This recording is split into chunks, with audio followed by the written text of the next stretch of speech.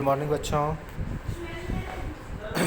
आज अपन जानते हैं कि force on moving charge in a magnetic field. जैसे अगर मान लो कि किसी मैग्नेटिक फील्ड के अंदर अगर किसी चार्ज पार्टिकल को मूव कराते हैं तो उसके ऊपर फोर्स का क्या कंडीशन होता है, फोर्स कितने लगते हैं, उन सब चीज़ों को अपन आज कैलकुलेट करते हैं। इसमें अपन कह रखे हैं कि when a moving charge particle placed in a magnetic field it experience a force. This force is directly proportional to the magnitude of magnetic field. ठीक है, जिसको अपन कैपिटल बी से रिप्रेजेंट करते हैं। और दूसरी चीज़ें अपन कहते हैं चार्ज क्यू। ठीक है, इन दो चीज़ों पे ये डिपेंड करती है। इसमें कहते हैं कि फोर्स इज़ प्रोपोर्शनल टू, जैसे वी साइन थीटा का अपन कंडीशन, जैसे वेलोसिटी कंपोनेंट अपन यहाँ पे लेते हैं। वेलोसिटी कंपोनेंट में यहाँ पे F is directly proportional to v sine theta कहते हैं। तो अपन तीन चीज़ें जाने, क्यू भी बी। तो इसमें अपन कहते हैं कि चार्ज के मैग्नीट्यूड तो क्यू हो गया, भी अपना वेलोसिटी वी साइन थीटा के लिए, B magnitude of magnetic field हो गया। इन तीनों इक्वेशन को अपन कंपेयर करके लिखते हैं तो F is equal to q B sine theta आ जाता है। तो यहाँ पे जो प्रोपोर्शनलिटी को ब्रेक करेंगे तो ये कांस्टेंट के आ जाएगा, जिसको F is equal to q B sine theta कहेंगे। के की वैल्यू यहाँ पे 1 कांस्टेंट करेंगे। तो यहाँ से क्यू भी साइन थीटा के टर्म्स में अपन मूविंग चार्ज के लिए जानते हैं। अब अपन कहते हैं if theta is equal to 0 या 180 डिग्री, तो दोनों केस में मतलब पैरेलल या एंटी पैरेलल का केस होगा तो दोनों सिचुएशन में एफ़ जो होगा वो 0 हो जाएगा। ठीक है, अगर थीटा 90 डिग्री है तो एफ़ अपना क्यू भी साइन 90 हो जाएगा और इसको क्यू भी कह देंगे। ठीक है, ये मैक्सिमम फोर्स एग्जर्ट करेगा परपेंडिकुलर टू द। तो कहते हैं कि it's direction is given by the Fleming left hand rule and right hand Fleming left hand rule. ठीक है, इसमें जैसे एफ बी आई वाला केस होता है। ठीक है, उसके बाद अपन को यहाँ पे लॉरेंट्ज force.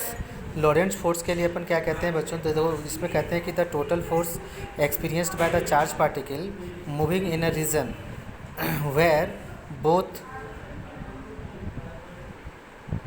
Where both electric and magnetic fields are present.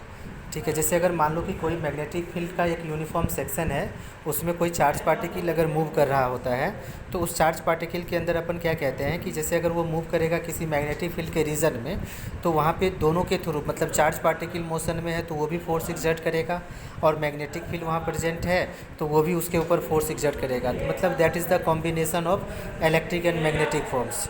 ठीक है, तो अपन कहते हैं कि आज charge Q in and electric field, तो उसके लिए अपन कह देंगे फोर्स जो है क्यू ई हो जाएगा। और दूसरा जो है F is equal to q B, मतलब कि यह मैग्नेटिक फोर्स अभी जस्ट अपन पढ़ाए थे क्यू भी साइन थीटा, तो उसी को भी क्रॉस बी के टर्म्स में लिख दिए भी साइन थीटा को वेक्टर फॉर्म में। तो लॉरेंट्ज फोर्स क्या है कि it is the combination of electric force and magnetic force. तो एफ इज इक्वल टू अपन एफ ई प्लस के एफ एम कह देंगे, ये क्यू ई प्लस के क्यू इंटू में भी क्रॉस बी हो जाएगा।